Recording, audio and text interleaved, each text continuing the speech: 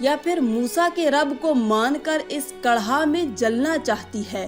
اس نے دھمکی دی کہ میں تیری بیٹیوں کو اس جلتے کڑھا میں ڈال دوں گا۔ تو اس مسلمان خاتون نے کہا فرعون یہ تو 2 بیٹیاں ہیں، یہ تو 2 بیٹیاں اللہ نے مجھے دی ہیں، اگر ان کی طرح ہزاروں بیٹیاں ہوتی تو وہ بھی میں اللہ کے نام پر قربان کر دیتی۔ اے فرعون تجھے جو کرنا ہے کر لے، میں تیرا کلمہ ہرگز نہیں پڑھوں گی، میں تجھے ہرگز نہیں مانوں گی۔ اب فرعون نے کیا کیا کہ اس خاتون کی بڑی بچی کو پکڑا، اس کی ٹانگوں سے پکڑ کر سر کے بل گرم تیل میں ڈال دیا، ابلتے تیل میں ڈال دیا، اس کڑھا میں ڈال دیا، اسے آگ میں ڈال دیا۔ وہ بیچاری چیخ بھی نہ سکی اور ماں کے سامنے جل کر کباب بن گئی۔ مجھے بتاؤ جس ماں کے سامنے اس کی بیٹی کو یوں جلایا جائے، یوں اذیت دی جائے، تکلیف دی جائے تو اس ماں کے دل پر کیا گزری ہوگی۔ ماں تو اپنے بچے کا رونا برداشت نہیں کر سکتی، اس ماں کے دل پر کیا گزری ہوگی جو اپنی آنکھوں سے دیکھ رہی ہے کہ میری بیٹی ابلتے تیل میں جل رہی ہے۔ وہ بیچاری چیخ بھی نہ سکی، کڑھا کے اندر جاتے ہی جل کر کباب کی طرح بن گئی۔ اب سنو، جب اللہ نے اس ماں کے دل کے اندر غم کو اور دکھ کو دیکھا تو اللہ نے کیا کیا کہ اس ماں کی آنکھوں سے پردہ ہٹا دیا۔ جب اس ماں کی آنکھوں سے پردے ہٹے تو اس ماں نے اپنی بچی کی روح کو نکلتے دیکھا۔ روح نکلتے ہوئے جا رہی ہے، ماں اپنی آنکھوں سے دیکھ رہی ہے۔ اب وہ بچی ماں کو کہہ رہی ہے ماں تو صبر کر، صبر کا دامن ہرگز نہ چھوڑنا، ماں صبر کر، تیرے لیے بہت بڑا اجر اللہ نے تیار کر رکھا ہے، تھوڑا سا اور صبر کر لے، بس ہم اکٹھے ہونے والے ہیں۔ اب فرعون نے اس خاتون کی چھوٹی بچی کو پکڑا جو دودھ پیتی بچی تھی۔ اب اس معصوم بچی کو تو پتہ ہی نہیں ہے کہ میرے ساتھ کیا ہونے والا ہے۔ اب فرعون نے اسے بھی، اس معصوم بچی کو بھی ٹانگوں سے پکڑ کر ابلتے تیل میں ڈال دیا، کڑکتے کڑھا میں ڈال دیا۔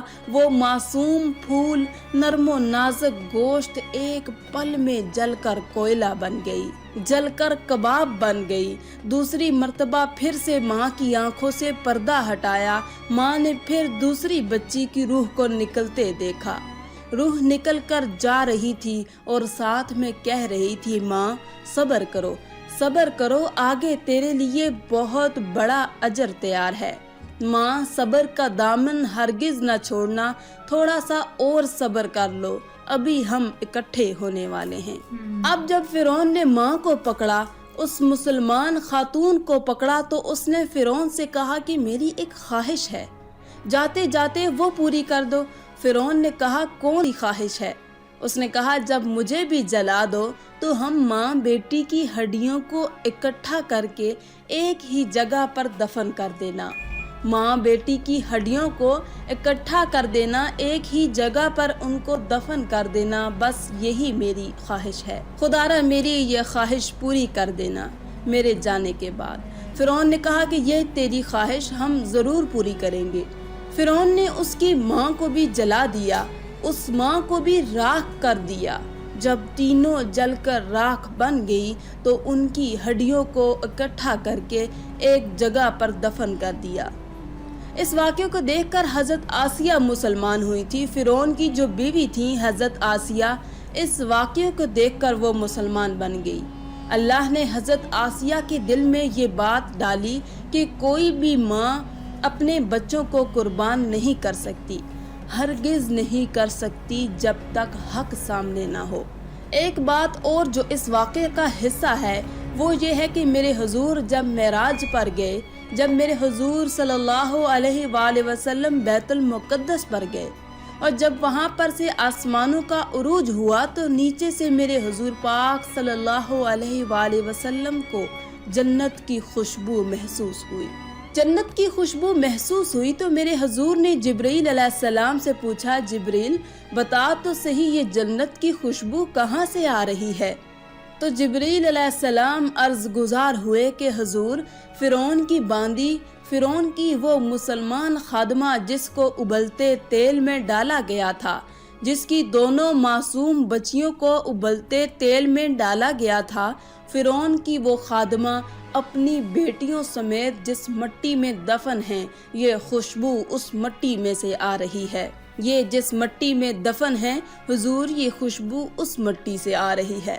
اور اس وقت ان کی وفات کو 2000 سال سے بھی زیادہ عرصہ گزر چکا تھا، کیونکہ حضرت سیدنا موسیٰ علیہ السلام اور ہمارے پیارے نبی حضرت محمد صلی اللہ علیہ وآلہ وسلم کے درمیان تقریباً 2000 سال کا فاصلہ ہے۔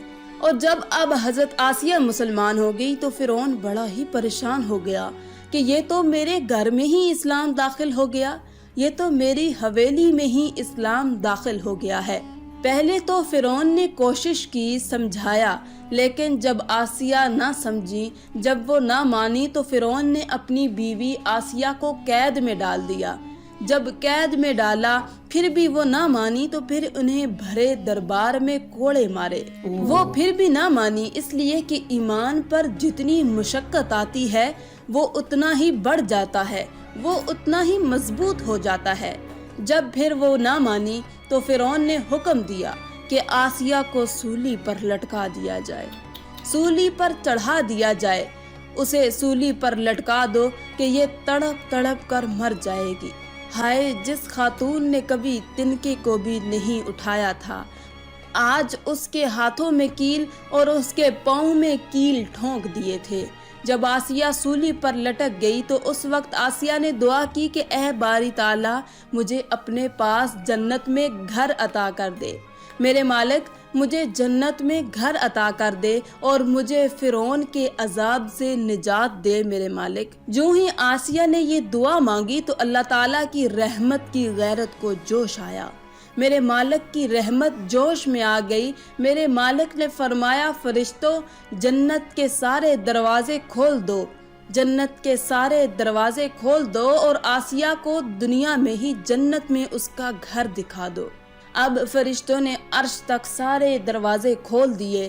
حضرت آسیہ نے دنیا میں ہی سولی پر لٹکے ہوئے اپنے جنتی گھر کو دیکھا۔ جنت کو تو دیکھ کر آدمی ویسے ہی زندہ نہیں رہ سکتا۔ جب آسیہ نے جنت میں اپنا گھر دیکھا تو زور سے آسیہ کی ہنسی نکلی۔ حضرت آسیہ زور سے مسکرائیں اور مسکراتے ہی آسیہ کی جان نکل گئی، روح پرواز ہو گئی۔ جنت کے شوق نے آسیہ کو پاگل کر دیا۔ اب وہ واقعہ ادھر ختم ہوا۔ اب جب حضرت خدیجہ رضی اللہ تعالیٰ عنہا کا انتقال ہوا، انتقال ہونے سے قبل میرے حضور صلی اللہ علیہ وآلہ وسلم نے حضرت خدیجہ الکبریٰ کو فرمایا کہ جب تو جنت میں جائے تو اپنی سوکن کو میرا سلام کہنا، جب تو جنت میں جائے گی نا تو اپنی سوکن کو میرا سلام کہنا۔ حضرت خدیجہ کہنے لگی کہ میری سوکن کون ہے؟ حضور میں تو آپ کی پہلی بیوی ہوں، میری سوکن کون ہے؟ تو حضور نے فرمایا خدیجہ فرعون کی بیوی آسیہ کو اللہ نے جنت میں میری بیوی بنا دیا ہے۔ فرعون کی بیوی آسیہ کو اللہ نے اتنا مقام دیا، اتنی شان عطا کی، اتنا وقار دیا، اتنی عزت دی کہ اللہ تعالیٰ نے اسے جنت میں میری بیوی قرار دے دیا۔ سبحان اللہ۔ ناظرین اسی لیے کہتے ہیں کہ اللہ کی رسی کو مضبوطی سے تھامے رکھو، وہ تمہیں گرنے نہیں دے گا۔ آخر میں اللہ رب العزت سے دعا ہے کہ اللہ تعالیٰ ہمیں نیک اعمال کرنے اور برائی سے بچنے کی توفیق عطا فرمائے۔ یہ تھی ویڈیو، دو واقعے تھے اس میں، بہت ہی امیزنگ سی ویڈیو تھی۔ پہلے بھی ہم نے یہ والا واقعہ سنا ہوا ہے، پر ایسے نہیں سنا ہے کہ کیا کیا بات ہوئی تھی، کیسے کیسے پوری ایگزیکٹ سنی ہے آج تو اس بار ہے نا۔ تو اینڈ سیکنڈ جو قصہ تھا وہ فرعون کی بیوی کا تھا نا، اینڈ ان کو مطلب جنت میں اپنا گھر مل گیا، جو کہ پھر ہنستے ہنستے ان کی جان چلی گئی ہے نا، مطلب صحیح بات ہے۔ اور مطلب جیسا بتایا کہ ایک محل کی رانی تھی وہ ہے نا، جنہوں نے کبھی تنکا نہیں اٹھایا، اس نے بھی اپنے دین کے لیے مطلب کیا کیا چیزیں کری ہے نا, کیونکہ اس نے اپنی آنکھوں کے سامنے وہ چیزیں دیکھی تھی کہ ایک ماں کا اتنا بڑا دل کیسے ہو سکتا ہے. اس کا مطلب کہ اس نے اپنے خدا کو مانا ہے نا, اوپر والے کو مانا ہے, تبھی وہ اپنے وہاں پہ بچوں کو ایسے ڈال دیے اس میں کڑھائی میں. ان کے اپوزٹ میں فرعون تھا. سو ہمیں اس سے یہ سیکھ ملتی ہے کہ غلط کام کرو گے تو آپ کو آپ کے ساتھ غلط ہی نتیجہ ہوگا, جیسے فرعون کے ساتھ ہوا نا. صحیح بات. تو بس یہ ہے کہ اوپر والے پہ وشواس رکھیے, ہمیشہ اچھے کام کرتے رہیے, آپ کے ساتھ سب کچھ صحیح ہوتا رہے گا. اور اگر آپ کے ساتھ اوپر والا ہوگا نا, اگر بھگوان کا ساتھ آپ کے ساتھ ہوگا تو آپ کو کوئی بھی دنیا کی طاقت نہیں ہرا سکتی ہے. بس یہ کہ ایک بار اس کا وہ آپ کا ہاتھ تھام لینا, آپ اپنی پوری کوشش کرو کہ آپ کی بازو اوپر رہے, ہے نا, کہ میرا ہاتھ پکڑ لے اوپر والے. اگر اس نے ہاتھ پکڑ لیا نا ایک بار تو زندگی سیٹ ہو جائے گی, اور زندگی میں کسی چیز کی کمی نہیں آئے گی, سب کچھ صحیح ہوگا. پر اس کے لیے بہت ایک اپنے آپ کو ایک پازیٹیو رکھنا پڑے گا, عادتیں اچھی کرنا پڑیں گے. ہر ایک چیز بھائی کچھ اگینسٹ نہیں ہونی چاہیے, جو بھی خدا چاہتا ہے نا. تو باقی تو یہی تھا اس ویڈیو میں, ہوپ سو آپ کو واقعہ پسند آیا اور ایکشن بڑھیا لگا. So guys thank you so much for watching the video. ملتے ہیں نیکسٹ ویڈیو میں.